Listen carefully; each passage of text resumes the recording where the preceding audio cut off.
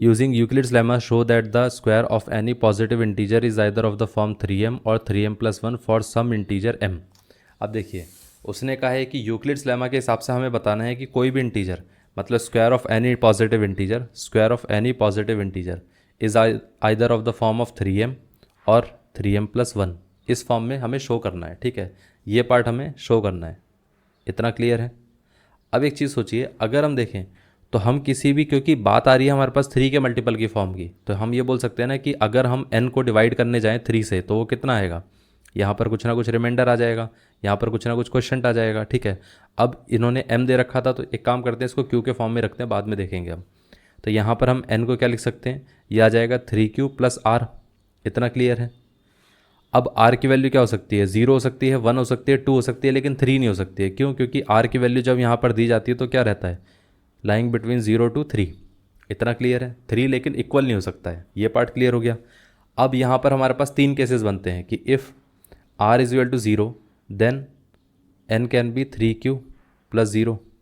अब n² कितना आ जाएगा, ये आ जाएगा 3q का स्क्वायर। तो ये कितना आ गया, 3 times of 3² × q² which is 3 times of 3q²। इतना क्लियर है। अब इस पूरे पार्ट को मैं रिप्लेस कर सकता हूँ m से, तो ये कितना आ जाएगा, 3 टाइम्स ऑफ m। तो यहाँ पर n² की वैल्यू कितनी आ गई, 3m। ये पार्ट क्लियर हो गया। इसी तरीके से अगर हम देखें तो यहाँ पर हम इसको ऐसा भी लिख सकते हैं, इफ़ r = 1, अगर r की वैल्यू 1 आ गई तो यहाँ पर n कितना आ जाएगा, 3q + 1।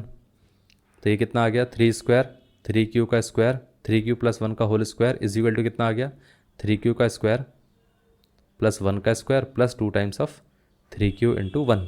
ये आ गया।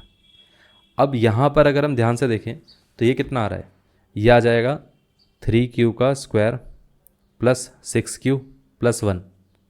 इस पूरे पार्ट में हम ऐसा बोल सकते हैं ना कि इस पूरे में हम क्या कर सकते हैं, 3 को कॉमन ले लेंगे तो ये 3 कॉमन आ जाएगा। तो यहाँ पर कितना बचेगा, 3 × q² प्लस ये कितना आ जाएगा, 2 टाइम्स ऑफ q + 1। ये पूरा पार्ट क्या हो सकता है, इसको हम कोई m नंबर से रिप्लेस कर सकते हैं।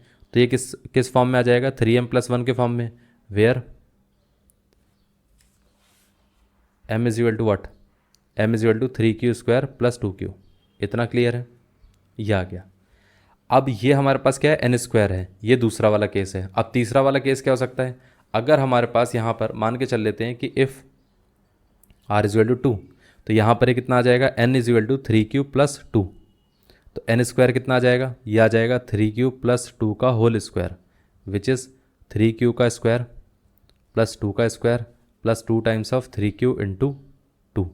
ये आ गया।